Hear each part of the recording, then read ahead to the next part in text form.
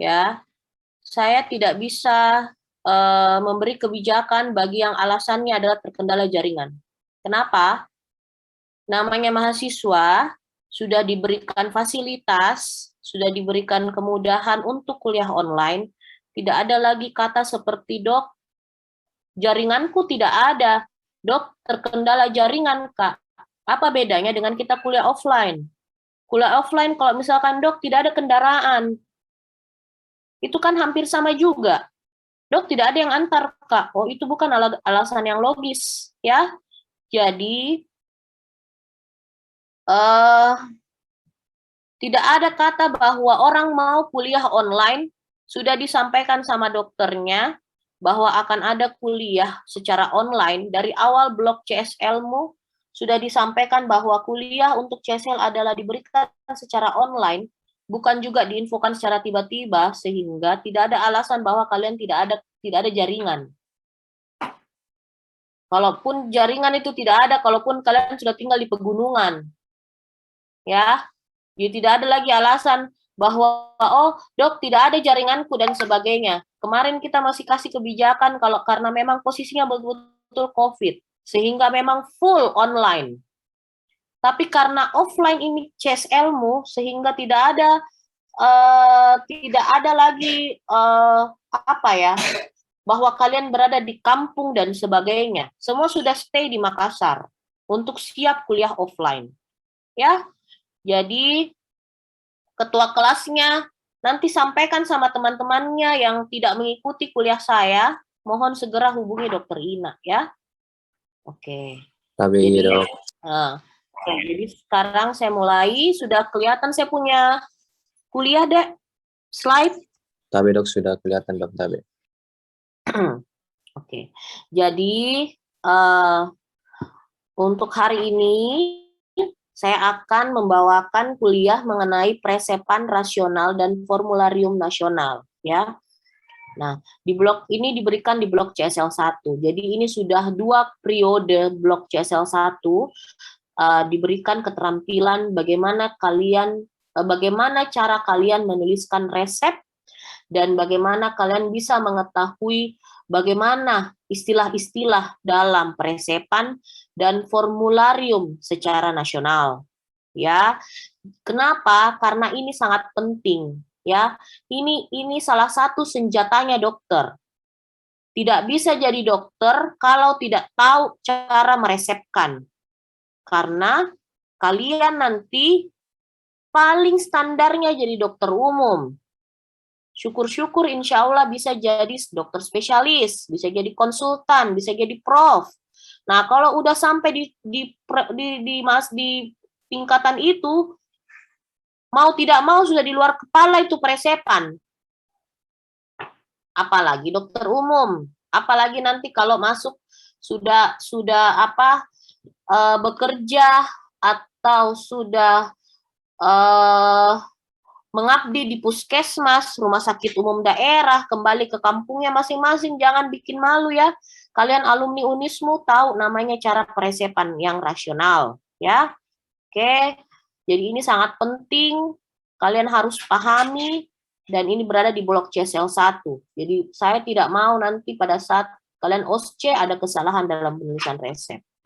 Oke, saya mulai ya. Jadi tujuan umumnya adalah mampu menuliskan resep dokter dengan benar dan rasional. Bagaimana itu benar dan bagaimana itu rasional? Benar adalah bagaimana cara penulisannya. Bagaimana kalian nanti menuliskan kalau dalam bentuk puyer. Bagaimana nanti kalian menuliskan resep kalau dalam bentuk tablet, diminum. Bagaimana cara menuliskan resep kalau dioles salepnya. Bagaimana cara menuliskan resep kalau dia melalui intravena atau intramuskular, penyuntikan. Itu adalah bagaimana caranya kalian menuliskan resep dengan benar. Kalau rasional maksudnya adalah kalian perlu mempertimbangkan bagaimana dosisnya, bagaimana frekuensi pemberiannya, bagaimana sediaannya, apakah pasien ini bisa diberikan dengan minum saja kah? Ataukah dia perlu diberikan secara intravena atau diinfus saja kah? Semua ada indikasinya. Itu adalah bagaimana kita menuliskan resep, memberikan pengobatan secara rasional. Ya, intinya adalah sesuai indikasi dengan pasien, sesuai kebutuhan, sesuai dengan kemampuannya pasien tersebut. Sehingga apa yang sudah kita berikan obatnya, kita harus mampu dengan obat tersebut itu sudah memberikan efikasi yang baik bagi pasien. Pengobatannya berhasil, efek sampingnya minimal. Itu adalah rasional. Ya, jadi menuliskan resep dokter yang baik dan benar dan rasional sesuai dengan evidence based medicine. Ya, jadi kita tidak bisa asal-asal seperti dukun, asal-asal nebak-nebak bahwa oh ini anak kasih tablet, nggak bisa. Bagaimana anak-anak mau minum tablet? Ini orang tua kasih tablet, lihat dulu dia ada kesulitan menelan enggak? Itu yang harus kalian pikirkan. Makanya dia harus sesuai dengan evidence based medicine, ya. Itu tujuan umumnya. Nah, tujuan khususnya yaitu pertama, melakukan pemilihan terapi yang benar. Kapan kita berikan pasien itu antibiotik? Kapan kita berikan pasien itu kortikosteroid? Kapan kita berikan pasien itu golongan obat-obat yang keras? Ya. Nah, yang kedua adalah menuliskan resep secara benar dengan dosis dan bentuk sediaan obat yang tepat. Ya. Jadi dosis, selalu memikirkan dosis berdasarkan kriteria usia, berat badan, indikasi penyakit, ya. Berat ringannya penyakit, kemudian sediaan obat yang tepat, bagaimana itu oral, bagaimana tablet, bagaimana puir, bagaimana kaplet, bagaimana dalam bentuk topikal atau oles, krim, ointment, solution, itu yang harus tahu, ya. Kemudian yang ketiga, memberikan edukasi terkait pengobatan dalam resep yang diberikan. Ini sangat penting memberikan edukasi. Bagaimana kalian harus, tidak bisa kalian hanya semata-mata menulis resep, kasih pasien, selesai, habis perkara. Tidak boleh begitu. Kenapa? Karena pasien yang akan datang ke kalian adalah pasien yang bervariasi. Ada pasien yang memang sudah mengerti, dia punya tingkat level education bagus sekali, ya. Ada nanti kalau kalian berada di kampung, di lokasi-lokasi di mana tingkat pendidikannya rendah atau yang tidak sekolah sama sekali, nah itu yang perlu kalian berikan edukasi. Diedukasi pasien, bagaimana cara minum obatnya, apakah obat ini harus diminum sampai habis, tidak boleh putus obat, kemudian bagaimana cara minumnya, 3 kali sehari kah, 2 kali sehari kah, sebelum makan kah, setelah makan baru diminum, itu yang penting, ya. Kemudian yang keempat adalah monitoring hasil terapi dan evaluasi. Monitoring hasil terapi adalah setelah dilakukan peresepan, kalian sudah memberikan edukasi, memberikan pengobatan, disampaikan ke pasien. Bu, ini nanti setelah obatnya habis, 1 minggu kemudian Ibu harus datang kembali kontrol. Apa yang harus kalian kontrol? Bagaimana tingkat keberhasilan pengobatan tak? Jadi dilihat pasien ini setelah 1 minggu minum obat yang sudah saya resepkan, kira-kira pasiennya sembuh enggak? Keluhannya sudah berkurang enggak? Ataukah ada keluhan lain? Ataukah ada muncul efek samping dari obat yang kita berikan? Itu yang harus kalian lakukan, ya. Oke, sampai di sini mengerti? Sudah mengerti ya? Oke. Nah, sekarang, jadi saya masuk ke definisi dulu. Resep menurut Kemenkes ya, itu merupakan permintaan tertulis. Ya, permintaan tertulis dari dokter, bisa dokter gigi, bisa dokter hewan ya, kepada apoteker untuk menyediakan dan menyerahkan obat bagi penderita atau pasien sesuai peraturan perundang-undangan yang berlaku. Ya, jadi resep itu adalah apa yang kalian tulis di resep itu, itulah yang menjadi instruksimu secara tertulis kepada apoteker.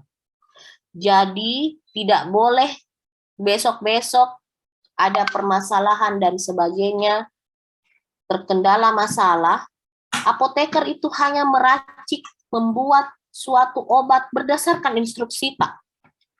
Sehingga harus kalian betul-betul menuliskan dan harus tahu bagaimana cara menuliskan resep yang baik dan benar dan rasional. Ya, supaya ini tidak menjadi masalahmu nanti ke depannya. Begitu. Oke, jadi resep yang rasional, yang tadi ya, tepat obatnya, tepat dosisnya, tepat bentuk sediaan obatnya, tepat waktu pemberian, tepat cara pemberian, dan tepat penderitanya. Ya, jadi tepat obat. Pasiennya sudah lama demam, berikanlah antibiotik. Terus pasiennya ternyata ada alergi antibiotik golongan tertentu, jangan diberikan golongan itu, cari golongan lain. Itu adalah tepat obat. Itu ya, tepat dosis. Dosisnya sesuai dengan usia pasien. Usia di atas 17 tahun, kamu harus memberikan dosis yang seperti apa. Usia di 12 tahun ke bawah harus diberikan dosis seperti apa. Usia di bawah 2 tahun harus diberikan dosis seperti apa. Itu ada hitung-hitungannya. Tepat bentuk sediaan obat, harus tahu bentuk sediaan obat tadi. Ada puyer, ada tablet, ada dioles, ada berupa cairan, ada berupa cairan infus. Ya. Kemudian tepat waktu pemberian. Diberikannya itu pada saat kapan? Sebelum makankah? Setelah makankah? Pada malam hari kah? Ya. Tepat cara pemberian. Caranya bagaimana? Diminum secara oral, apakah dioles saja? Apakah obatnya masuk melalui anus? Apakah dia masuk secara intravagina? Itu banyak loh. Jadi kalau salah instruksimu, salah. Saya kasih satu gambaran ya, contoh. Dan ini adalah pengalaman pada saat saya berada di koas. Jadi pada saat saya koas ada teman saya atau ada beberapa karena kami itu gabung antara Unhas dan UMI waktu zaman saya koas. Diminta menuliskan resep sama dokter, kebetulan dia sementara jaga. Pada saat jaga, karena mungkin pengetahuannya atau keilmuannya tidak sangat maksimal, tidak cukup untuk bagaimana cara penulisan resep, sehingga pada saat itu obat yang harus diresepkan harus melalui lubang anus, ya, dia harus melalui lubang pantat, tidak melalui anus, tetapi itu diminum sama pasiennya. Bayangkan, coba. Kalau kalian tidak tahu cara meresepkan, tiba-tiba obat itu datang, ada di depan pasien, sama, dia punya kemasan sama, seperti kapsul. Tetapi diminum sama pasiennya. Kenapa? Karena pertama, cara peresepannya, penulisannya sudah salah. Sehingga apoteker pun menulis di label kecil, di instruksi dari obat itu adalah tidak ada keterangan bahwa ini harus melalui anus. Siapa yang mau disalahkan kalau seperti itu? Kembali lagi ke dokternya kan. Yang kedua, tidak ada edukasi. Pada saat pemberian obat tidak ada edukasi pada pasien. Sehingga itu menjadi masalah. Dan itu saya tidak mau itu terjadi sama kalian nanti. ya. Nah, kemudian tempat penderita. Tempat penderita itu harus tidak boleh salah. Resepnya untuk penderita A dengan batuk-batuk diberikan pada penderita B yang gatal-gatal. Jangan sampai ada salah seperti itu. Jadi harus tepat penderita, ya. Oke. Saya lanjut. Oke, tujuan penulisan resep. Jadi tujuan penulisan resep itu adalah pertama, memudahkan dokter dalam pelayanan kesehatan di bidang farmasi. Yang kedua, meminimalkan kesalahan dalam pemberian obat. Yang ketiga, tanggung jawab dokter dalam pengawasan distribusi obat. Yang keempat adalah sebagai medical record yang sifatnya rahasia. Ingat, apa yang kalian tulis ya, presepan dalam bentuk apapun itu harus dalam bentuk rahasia. Ya, rahasia hanya petugas kesehatan dan dokter yang tahu. Pasien pun sebenarnya tidak bisa tahu. Ya, sehingga kalau pasien biasanya meminta kopi resep dan sebagainya di apotik, ya, berdasarkan salinan resep dokter, itu betul-betul harus lengkap dalam kopi resep itu. Tertera tanggalnya, tanggal berapa. Sehingga pada saat kopi resep itu mau ditebus kembali, pihak apotik sudah harus melihat terakhir tanggal berapa. Dan sekarang apotik itu tidak semua menerima kopi resep. Betul-betul mereka sudah dalam bentuk aturan yang berlaku bahwa dia akan meracik atau membuat obat tersebut berdasarkan resep yang baru dibuat oleh dokter. Ya. Oke. Nah, yang ketiga, pembagian resep. Nah, jadi saya akan menyampaikan di sini, tolong diperhatikan baik-baik. Jadi, pembagian resep itu yang pertama terdiri dari inskripsio, ya. Jadi nanti ada beberapa istilah. Ini yang pertama inskripsio. Inskripsio di sini, ya. Kalian pernah lihat kan resep obat? Pasti pernah kan? Semua pasti pernah melihat bagaimana bentuk resep obat dari dokter. Jadi pertama ini adalah inskripsio. Lihat kursor saya. Jadi ini adalah inskripsio, mulai dari nama dokternya yang meresepkan, nomor surat izin prakteknya, ya.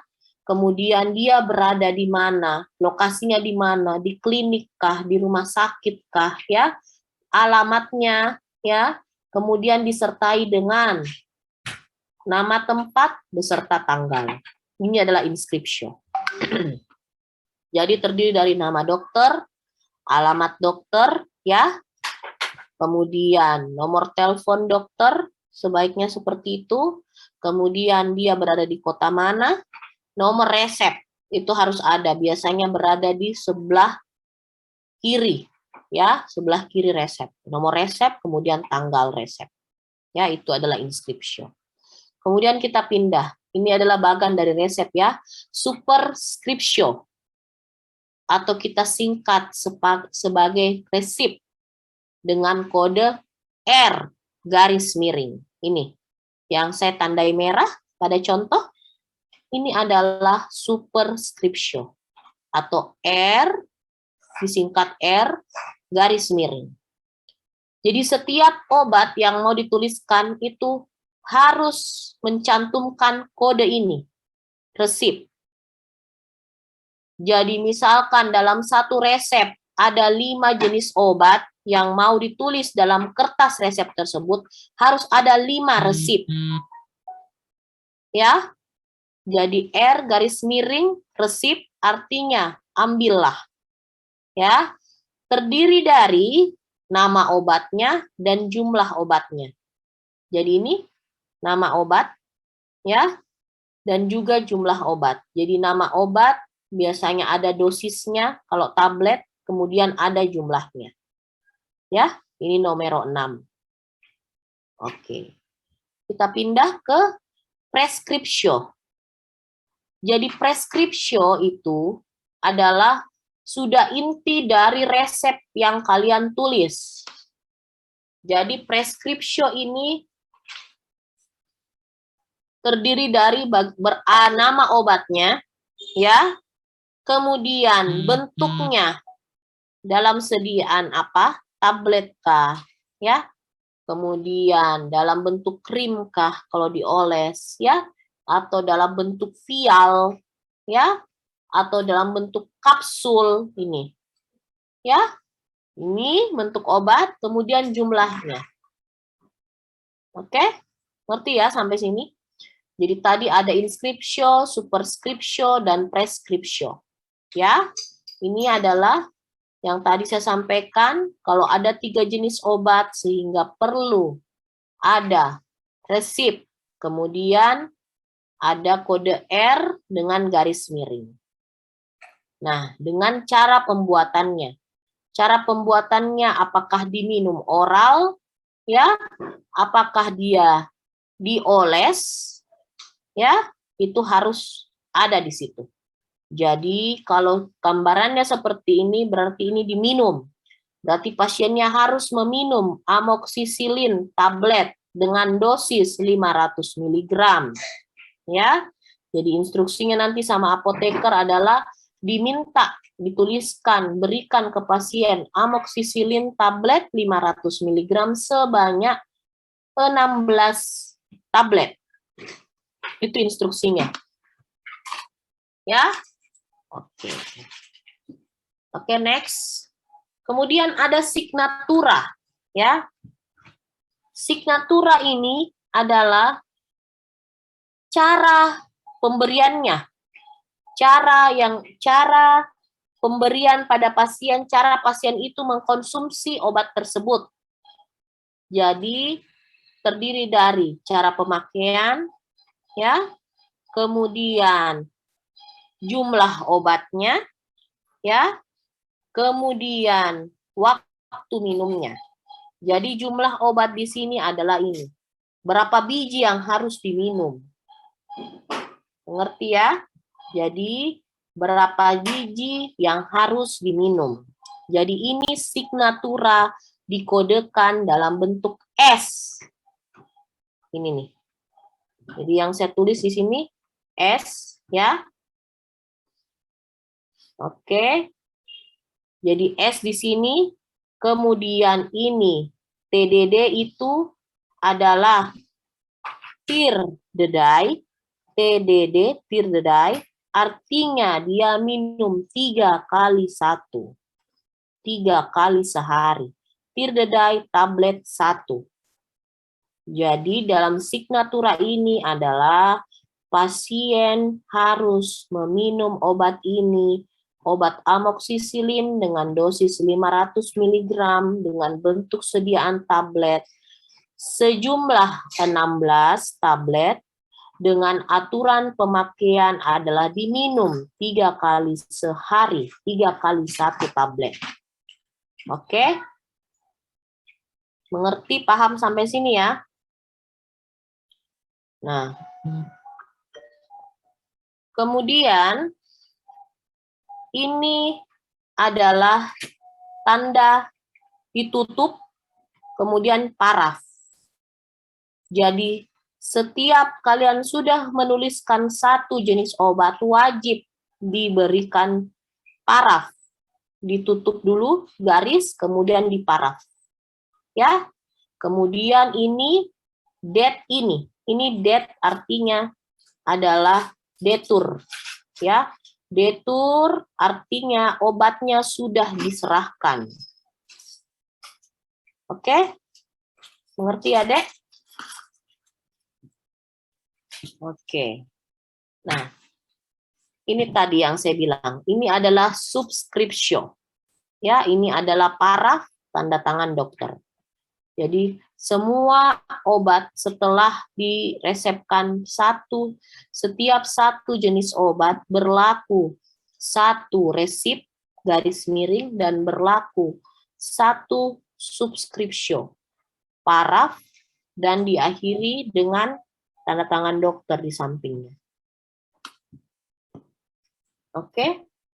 Nah, yang terakhir itu adalah pro.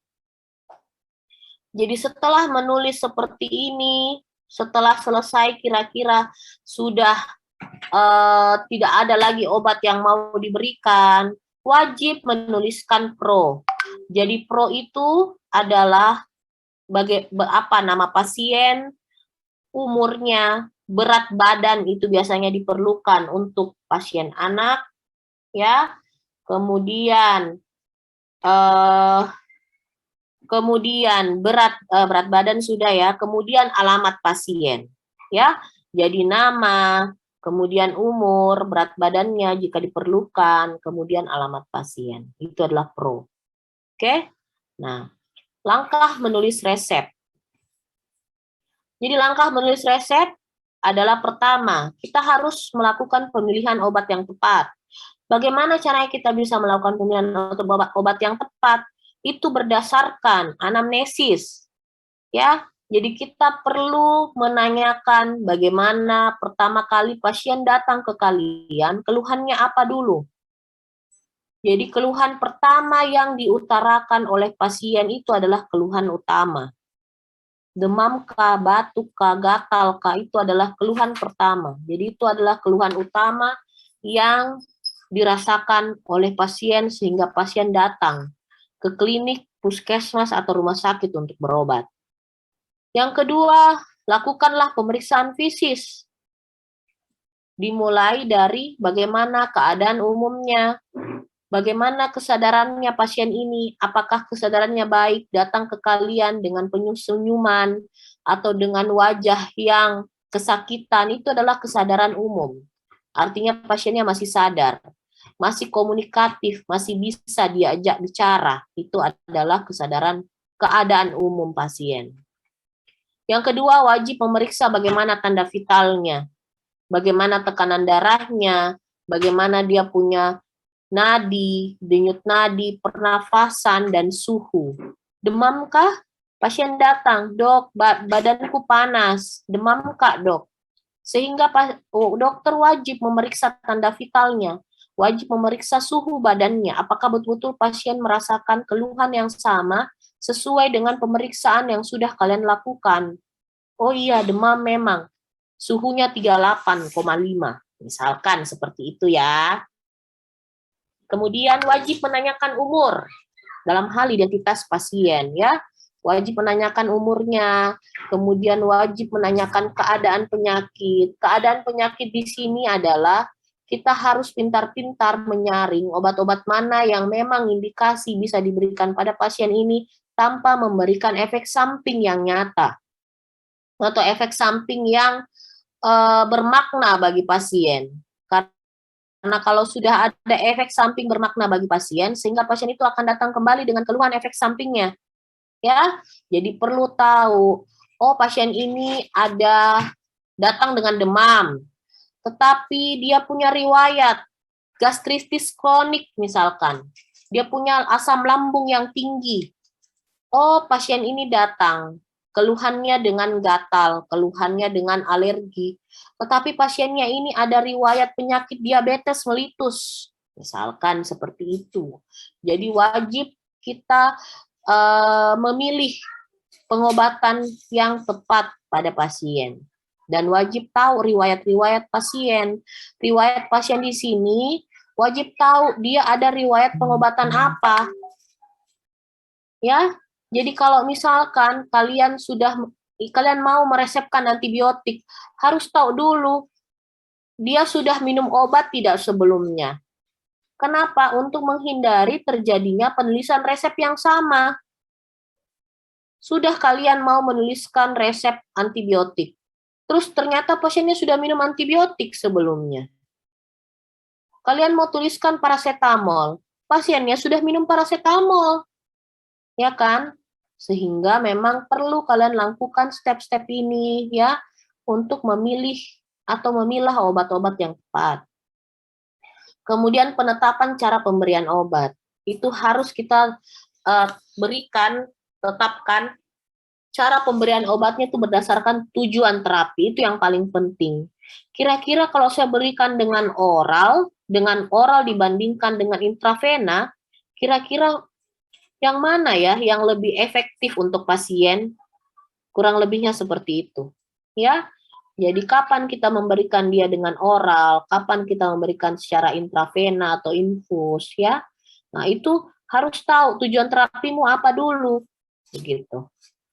Kalau tujuan terapinya memang untuk mempercepat pemulihan, pasien dengan rawat inap, pasiennya tidak bisa makan, minum, kemudian meminta untuk segera pulih, ya harus pemberiannya secara intravena. Gitu ya. Kemudian pasiennya anak, pasiennya bayi, dipikirkan cara pemberiannya seperti apa. Oh, saya kasih saja salep, misalkan, kalau pasiennya gatal.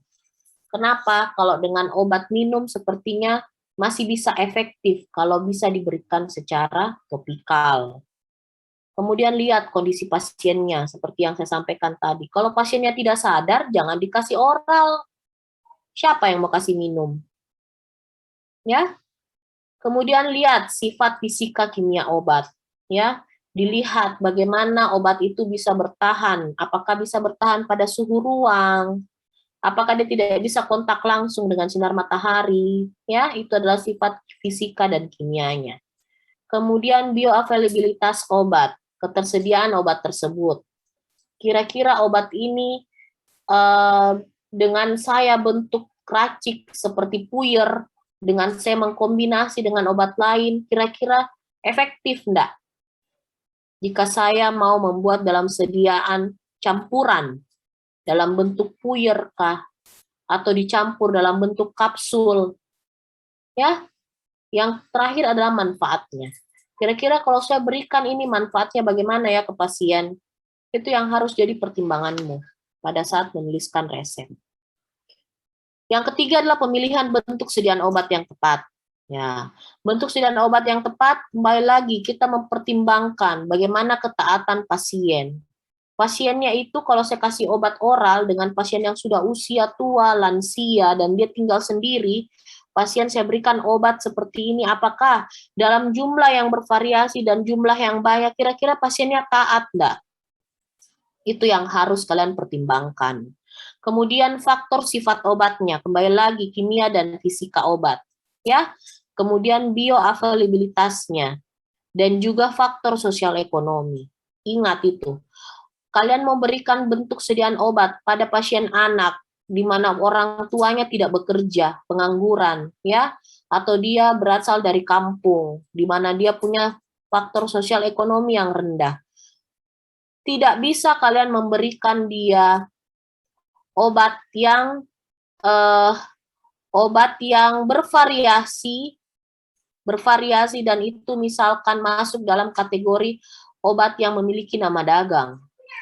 Berikanlah dia obat yang bisa kalian kombinasi dalam bentuk puyer dan itu dia merupakan obat generik sehingga pasiennya kasihan tidak perlu menguras habis isi dompetnya hanya untuk membeli obat yang kalian resepkan. Itu yang penting, ya deh ya.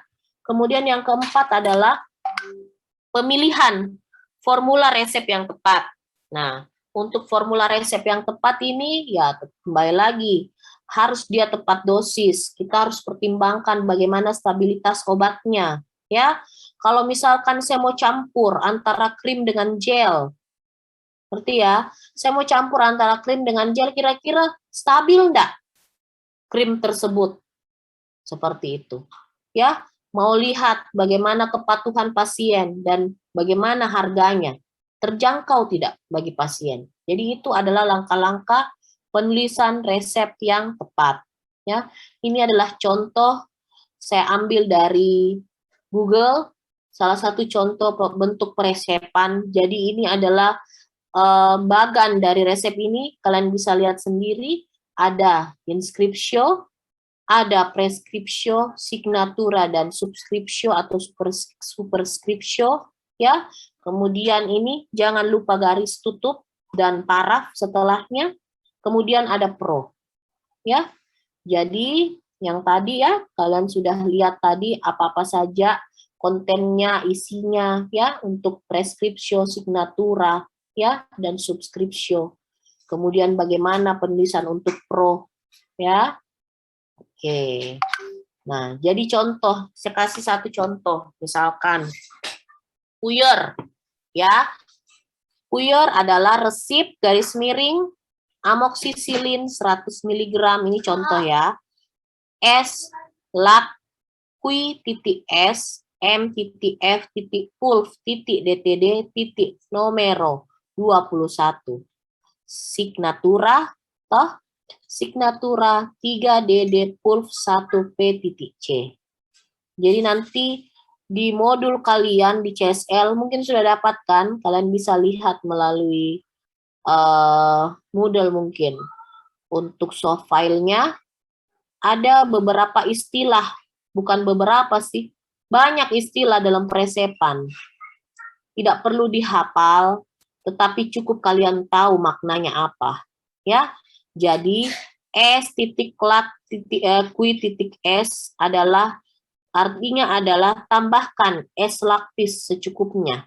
Karena ini adalah puyer dan ini kita berikan pada pasien yang kategorinya anak, sehingga S titik lak Q titik S adalah es laktis. Kita menambahkan pemanis. Karena pada pasien anak itu tidak mungkin dia mau telan mentah-mentah ini amoksisilin, walaupun sudah dibuat dalam bentuk puyer, sehingga perlu kita menginstruksikan ke apoteker bahwa ini tambahkan pemanis secukupnya, ya. Jadi S titik lak Q titik S titik itu tambahkan es laktis secukupnya, ya. Kemudian M titik F titik pulf titik DTD titik nomero 21. Artinya buat dan campurlah dalam bentuk puyer, pulf, ya, dalam bentuk puyer. Masing-masing ini DTD, masing-masing dengan dosis di atas, itu artinya DTD ya, masing-masing dengan dosis di atas sebanyak 21 buah. Jadi apoteker diinstruksikan untuk membuat obat antibiotik amoksisilin dengan dosis 100 mg, kemudian ditambahkan dengan pemanis secukupnya, dibuat dalam bentuk puyer, ya, masing-masing dengan dosis tersebut di atas ini dengan jumlah 21. Ya, itu adalah puyer. Nah, ini S signatura. Signatura 3DD pulf 1P titik C. Artinya adalah minumlah. Signatura adalah cara pemberiannya diminum 3 kali sehari dalam bentuk puyer, pulf ya. Diminum 3 kali sehari dalam bentuk puyer poskunam. P titik C artinya setelah makan. Ya, jadi kurang lebih seperti ini untuk penulisan puyer. Lalu ditutup, ya, ditutup garis dan diparaf, dokter. Ngerti ya? Nah, ini contoh skenario, ya. Contoh skenarionya pertama. Jadi anak perempuan datang ke dokter, ya, ke puskesmas, berusia 18 bulan dengan berat badan 12 kg. Dia dibawa ke puskesmas dengan keluhan demam tinggi sejak 2 hari yang lalu. Ya, jadi nanti di oschemo instruksinya adalah seperti ini. Berikan antibiotik dan antipiretik per oral dalam bentuk puyer. Amoksisilin dosis anaknya 25 sampai 50 mg per kilogram berat badan per hari. 3 kali sehari, selama 7 hari, minum sesudah makan, puyer masukkan ke dalam kapsul. Jadi nanti bentuk OSCE-nya kayak begini, ya.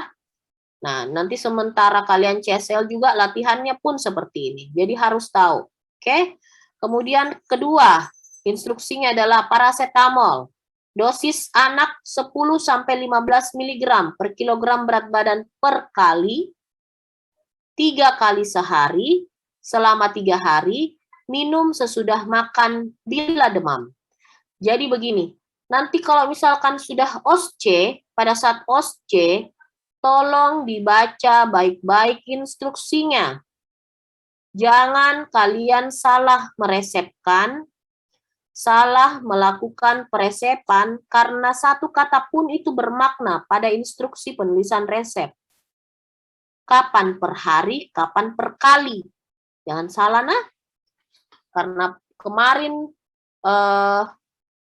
periode lalu, CSL banyak sekali mengulang untuk penulisan resep. Saya tidak mau yang periode ini terjadi hal yang sama. Jadi baca baik-baik instruksinya apa. Oke? Nah, lihat.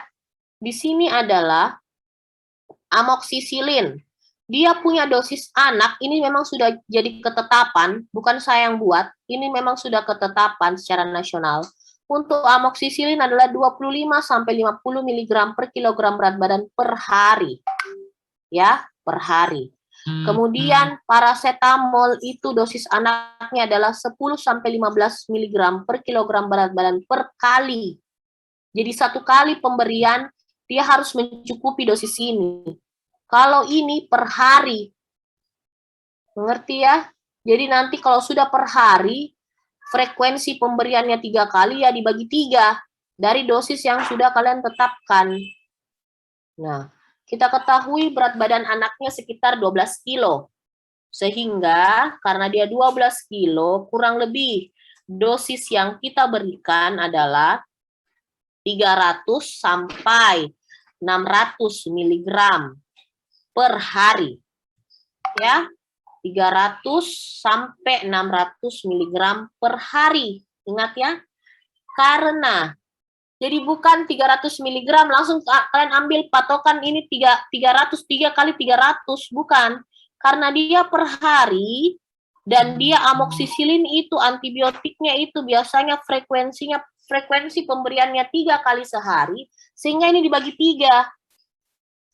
Sehingga per kalinya diminum 100 mg.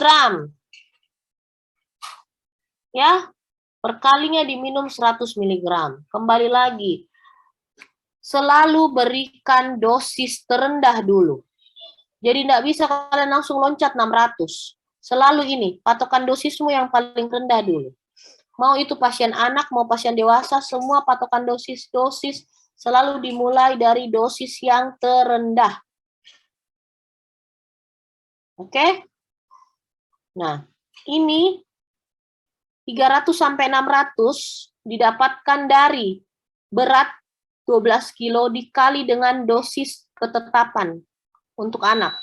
Jadi 12 dikali 25 dapat 300, 12 dikali 50 dapat 600. Sehingga dosis yang bisa digunakan pada pasien anak dengan berat badan 12 kg adalah sekitar 300 sampai 600 per hari. Tidak boleh melampaui dari 600. Ini adalah dosis maksimal. Ya, jadi nanti kalian bermainnya antara ini. Kapan minggu depannya lagi pasien datang masih demam, boleh kalian naikkan. Tetapi masih dalam jangka durasi dosis seperti ini, 300 sampai 600. Ya. Nah, yang kedua adalah paracetamol. Paracetamol ini dosis anaknya adalah 10 sampai 15 mg per kilogram berat badan per kali. Jadi karena berat badannya adalah 12 kilo, setelah dikalikan dengan patokan dosis anak, sehingga didapatkanlah 120 sampai 180 mg per kali. Ingat ya, per kali. Sehingga pemberianmu bisa apakah 3 kali 120 mg ataukah 2 kali 120 mg. Beda dengan amoksisilin ya, jangan disamakan. Jadi selalu perhatikan itu satu kata demi kata pada instruksi penulisan resep. Kalau OSCE nanti jangan ada kesalahan, baca baik-baik. Oke? Nah, ini contoh. Jadi yang tadi karena sudah tadi instruksinya diminta tulis amoksisilin ya dengan paracetamol, sehingga cara penulisannya seperti ini. Ya. Amoksisilin 100 mg ya, S titik lak ya, titik QS titik harusnya di bawah ini ya. Di bawahnya ini M.F. Pulf DTD nomor 21 da in caps. Karena tadi dimintanya adalah dibuat dalam bentuk kapsul. Ya. Oke, mengerti nah? Jadi M.F ini di bawah, bukan seperti ini. S.lak.Q.S, kemudian di bawahnya lagi M.F. Pulse DTD nomor 21 da in caps. Signatura 3 DD caps 1 P.C. Ya. Nah, kita kembali ke sini. Lihat, ini di sebelah kanan adalah catatan. Ini nanti yang akan masuk ke tambahan dari modul kalian. Jadi tadi S.lak.Q.S adalah saharum lactis quantum statis, artinya itu adalah tadi tambahkan saharum lactis secukupnya karena ini pasien anak. Ya. Kemudian M.F. Pulf DTD, inilah istilahnya Miscevac pulver datalis doses, ya. Jadi buatlah dalam bentuk kemasan dalam bentuk puyer, ya, dibuat dalam bentuk puyer berdasarkan dosis di atas ini sebanyak 21 dimasukkan da in caps, dimasukkan dalam bentuk kapsul. Oke. Kemudian signatura 3 DD caps 1 P.C. Artinya signatura terdedai ya. Terdedai caps 1 poskunam. Artinya dia diminum 3 kali 1 dalam bentuk kapsul setelah makan. Ngerti ya? Nah, selanjutnya yang parasetamol. Parasetamol ditulisnya tadi karena dia dosis anaknya adalah sekitar 10 sampai 15 mg, sudah dikalikan 12 kg berat badan anak sehingga didapatkan 120 mg. Ya, 120 mg. Cara penulisannya adalah S, kembali lagi S.lak.Q.S, ya. Kemudian di bawahnya ini tertulis M.F. Pulf DTD nomor 10. Jadi diberikan parasetamol 120 mg, ya. Kemudian ditambahkan pemanis secukupnya. Buatlah, ya, dan campurlah sesuai dengan dosis di atas, ya, MF Pulf, ya, dengan dosis di atas sebanyak 10 buah. Jadi buatlah dan campurlah dalam bentuk puyer sesuai dengan dosis di atas sebanyak 10 buah. Kemudian signatura terdedai Pulf 1 poskunam prorenata. Artinya signatura diminum 3 kali 1 dalam bentuk puyer, poskunam setelah makan, P.R.N demam, prorenata. Artinya jika pasien itu demam. Kalau tidak demam, tidak usah diminum. Kalau demamnya sudah turun, tidak usah diminum. Ingat ya? Jadi ini adalah instruksi. Ini nanti yang akan apoteker tuliskan di label biru di kemasan obatnya. Aturan pemakaiannya bagaimana. Sehingga pasien pada saat pulang ke rumah melihat itu, pasien sudah tahu. Oh, ini parasetamol tidak boleh saya minum 1 minggu full. Nanti berhenti panasku, demamku, baru saya minum. Oh, ini amoksisilin saya harus minum setelah makan. 3 kali 1. Mengerti, Dik, sampai sini? Saya lanjut lagi, kasus kedua. Ini pasien dewasa. Seorang laki-laki berusia 18 tahun datang ke IGD, rumah sakit, dengan keluhan demam, disertai dengan tenggorokan nyeri pada saat menelan. Diagnostiknya adalah faringitis. Jadi setelah dilakukan anamnesis dan pemeriksaan fisik, terdiagnostiklah pasien ini dengan faringitis. Sehingga instruksinya adalah, berikanlah terapi untuk pasien. Pertama, antibiotik.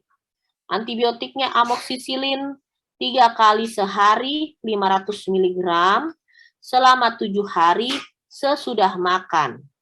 Yang kedua adalah antipiretik, paracetamol 3 kali sehari 500 mg ya selama 3 hari setelah makan bila demam.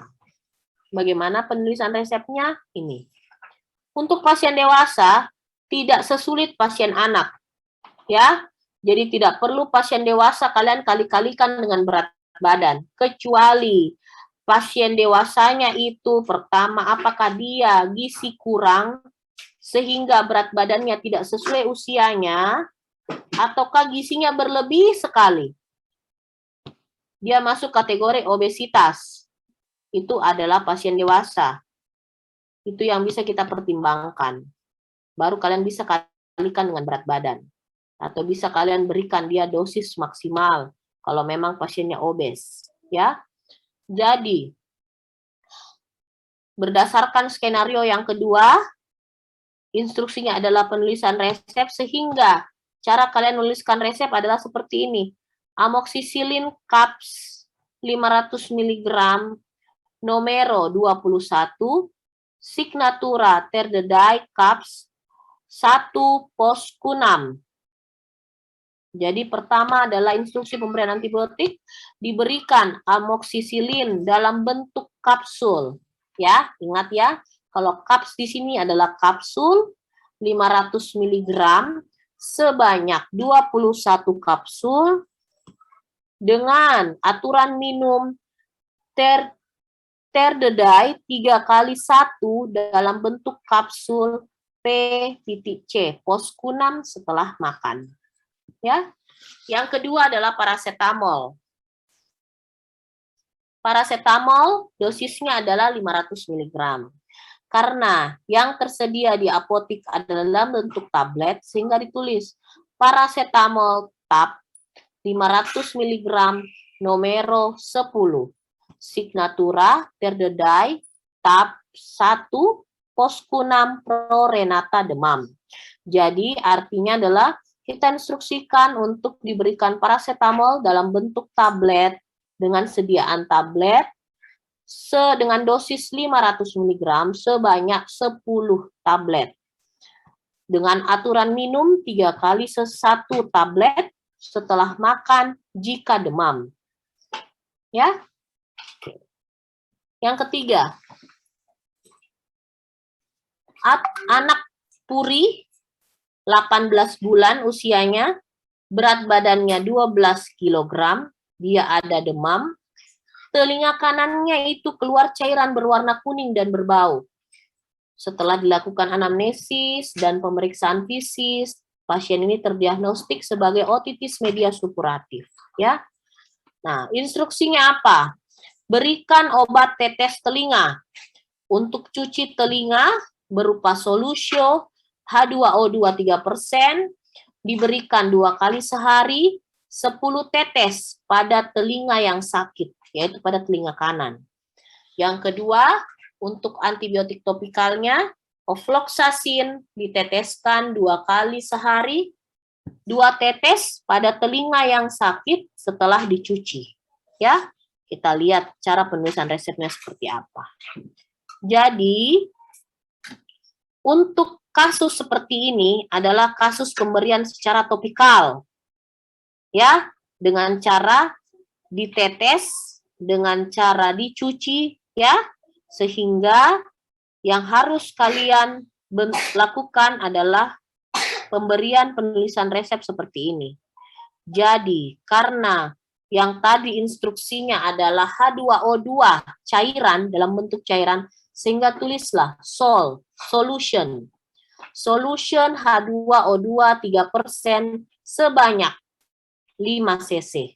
Ya, dengan sediaan 5 cc. Ya. Nah, signatura ya 2DD bisdedai gutta ya. Gutta 10 aurik dextra. Ya. Jadi kembali lagi di sini 2 kali sehari 10 tetes pada telinga yang sakit.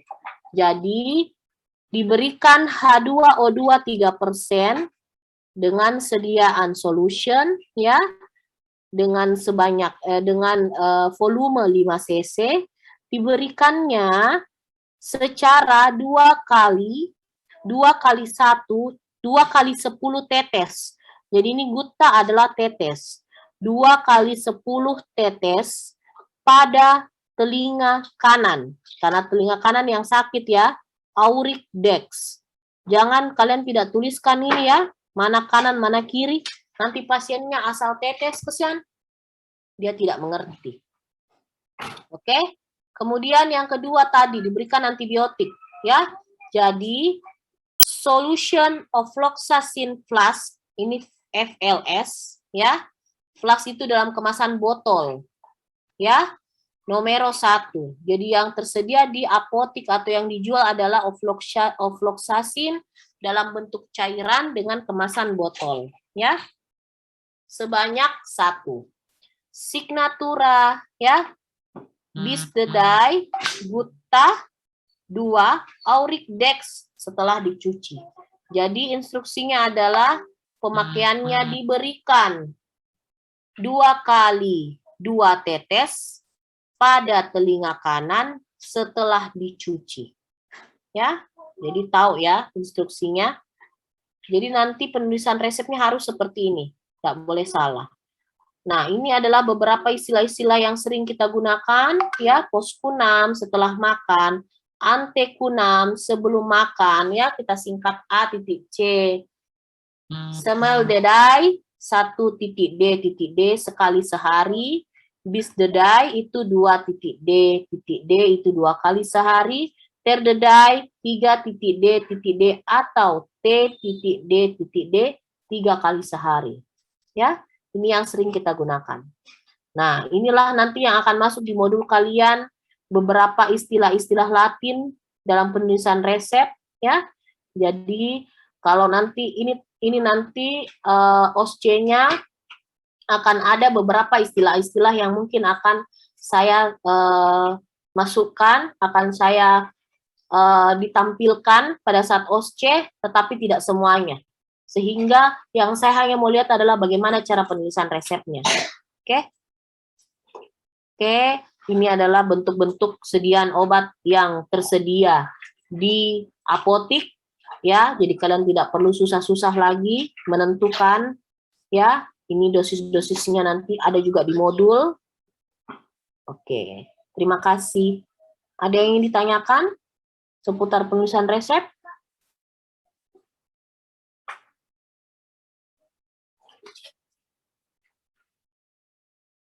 Sudah jelas? Oke, Dok. Iya. Oke, Dok. Izin bertanya, Dok. Sebelumnya perkenalkan saya Wari Citra Safira. Tapi, Dok, bisa dijelaskan untuk bagaimana penentuan nomeronya, Dok? Dengan yang dicontoh pada kasus ketiga itu bagaimana penentuan dia 5 cc, Dok? Kan kalau yang kasus ketiga dia pada bayi berumur 18 bulan, Dok. Tapi, Dok. Oke, begini dek, yang tadi kalau dia, saya share ulang ya.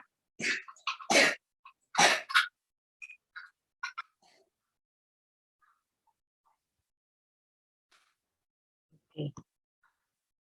Yang tadi kalau menentukan dia punya nomero adalah seperti ini. Kita estimasikan pasien itu akan kontrol kembali ke dokter 1 minggu. Sehingga karena dosis yang harus dia minum, frekuensi minumnya adalah 3 kali 1 per hari, sehingga kita pastikan pada antibiotik biasanya diberikan selama seminggu, ya, karena di sini aturannya di sini, nah instruksinya di sini selama 7 hari. Karena dia 3 kali sehari, sehingga 3 dikali 7 didapatkanlah numero 21. Itu adalah jumlah total obat yang harus dia minum selama 1 minggu. Kemudian untuk paracetamol, kita tidak, walaupun dia 3 kali 1, kita tidak bisa bilang dia kira-kira demam 1 minggu. Tidak. Sehingga biasanya aturannya adalah pemberian obat anti demam, anti panas adalah cukup 3 hari saja. Jadi, karena di sini instruksinya adalah selama 3 hari, sehingga kita ambil patokan 3 kali 3 adalah 9. Nah, biasanya kalau di apotik, Dek, kalian mungkin pernah lihat, satu full itu strip obat, satu strip obat full itu terdiri dari 10 biji isinya. Rugi apotik, kasihan kalau dia harus meninggalkan sisa 1 biji. Sehingga memang dokter yang meresepkan khusus untuk hanya diberikan selama 3 hari dengan frekuensi pemberian 3 kali, yang harusnya mungkin 9 biji, kita tambahkan 1 jadi 10 biji saja. Jadi di sini kita tulis numero 10. Numero 10. Dalam artian bahwa apabila sisanya masih ada 1, jikalau demam keesokan harinya masih demam, pasien masih bisa minum 1 biji lagi. Begitu. Ya, itu pertimbangan. Jadi kita melihat berdasarkan berapa hari total yang ingin kalian berikan. Jadi kalau 14 minggu dan itu antibiotik, ya sudah dikali 14. 14 hari maksudnya, bukan 14 minggu. 14 hari, 2 minggu. Jadi 3 kali 14 hari. Berapa total yang harus kalian berikan pada numero ini. Khusus paracetamol, obat-obat yang tidak harus diminum rutin dan tidak boleh habis, tidak harus habis, itu cukup berikan selama 3 hari saja, itu standarnya. 3-5 hari. Ngerti ya? Sudah jelas, Dek? Tapi iya, Dok. Oke, sudah ngerti ya. Nah, kemudian yang ini, tadi pasiennya anak 12 kilo, 18 bulan usianya. Kenapa ada 5 cc, Dok? Ini adalah sediaan yang tersedia di apotik. Jadi H2O2 3% dalam bentuk cairan. Dia sudah dalam kemasan total semuanya 5 cc volumenya. Jadi diberikan nanti pasien yang menebus ke apotik itu, pasien yang menebus obat ke apotik itu, dia sudah diberikan langsung H2O2 3% 1 botol. Itu isinya 5 cc atau 5 mili. Ya, nah tapi bukan 5 mili itu yang diberikan semua ke pasien, Dek. Aturannya 2 kali 10 tetes. Di dalam botol itu ada pipet. Jadi diminta pasien meneteskan sebanyak 10 kali. Dengan durasi per 12 jam atau 2 kali sehari pada telinga yang sakit. Mengerti sampai sini? Tapi iya, Dok, sudah mengerti, Dok. Terima kasih banyak, Dok. Ada lagi? Jadi jangan salah menuliskan numero ya. Ada lagi yang mau bertanya?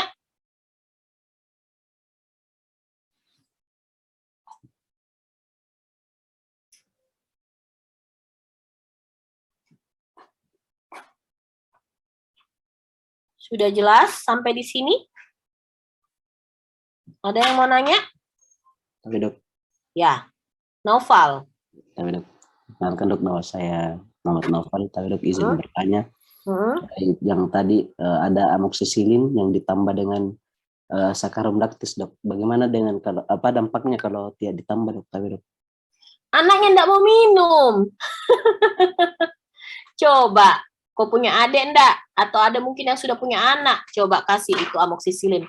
Pahitnya minta ampun. Dilepeh pasti. Kalau tidak dilepeh, muntah. Ngerti ya? Jadi sakarum laktis ini secukupnya.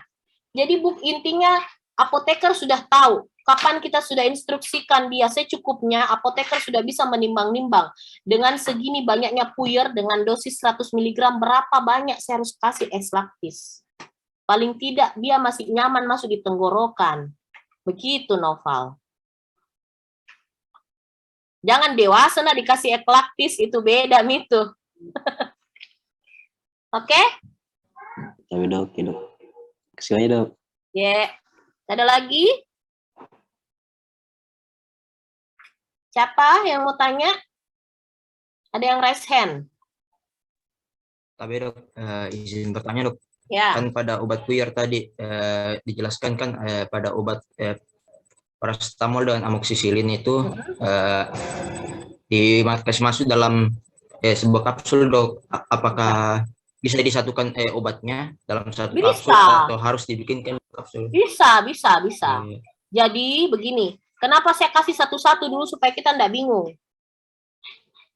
Ini kan pelan-pelan, kalian masih awal, masih CSL 1 masih awal ya.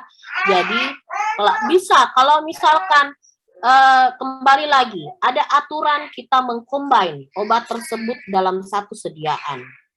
Ya. Kita mengcombine obat tersebut maksimal 5 macam jenis obat. Kita bisa combine dalam satu kemasan. Tetapi kembali lagi mempertimbangkan apa yang harus kalian pertimbangkan saat kalian mengkombinasi 5 jenis obat tersebut. Pertimbangkanlah bagaimana interaksi antara obat itu.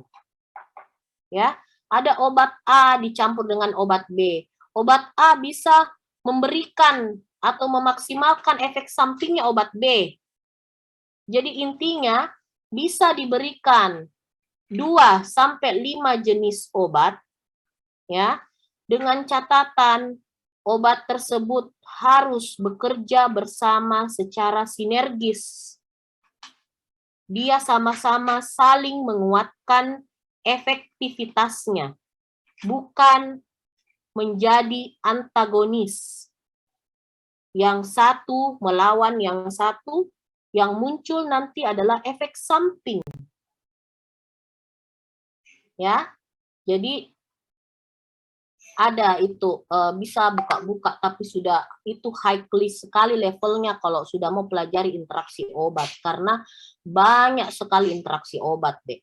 Jadi harus kalian lebih memperhatikan obat yang mana harus saya campur dengan yang mana.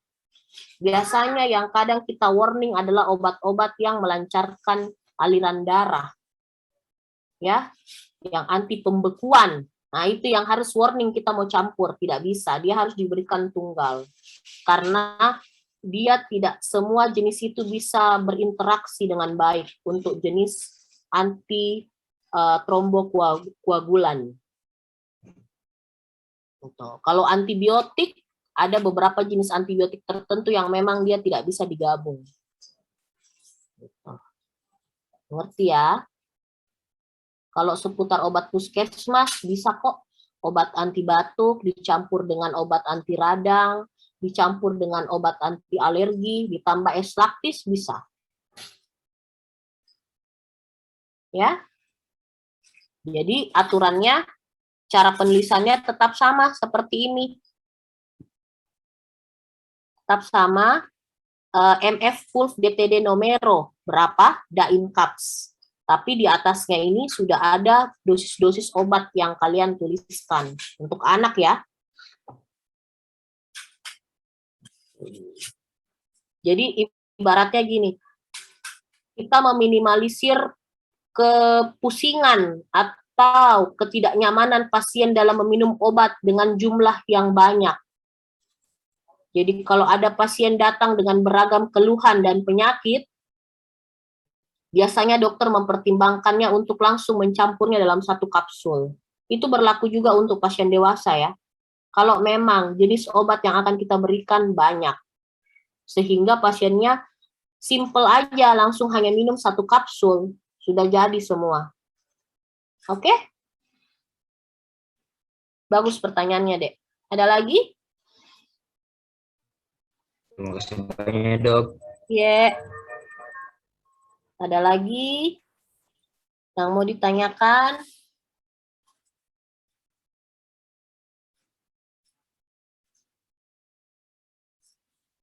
Ya, siapa Dek yang raise hand? Oke dok, saya dok. Oke dok, izin. Tapi dok, oke dok, izin tanya dok, untuk di bagian tadi yang signatura tadi dok, kan di setelah tanda tangan ada keterangan detur dok. Nah itu deturnya dok, itu nanti dokternya yang menulis atau dari apotekernya dok? Dari apotekernya. Cuman di sini yang harus kita lakukan adalah hanya menulis dan kita yang memberikan paraf. Setelah signatura ya, yang ini hanya kita garis tutup, kemudian kita beri paraf. Oke dok, ya dok. Jadi itu nanti dok untuk OSCE-nya nanti dok tetap ditulis atau tidak? Tidak usah, tutup saja baru paraf. Oke dok, baik dok. Terima kasih banyak dok. Iya. Ada lagi?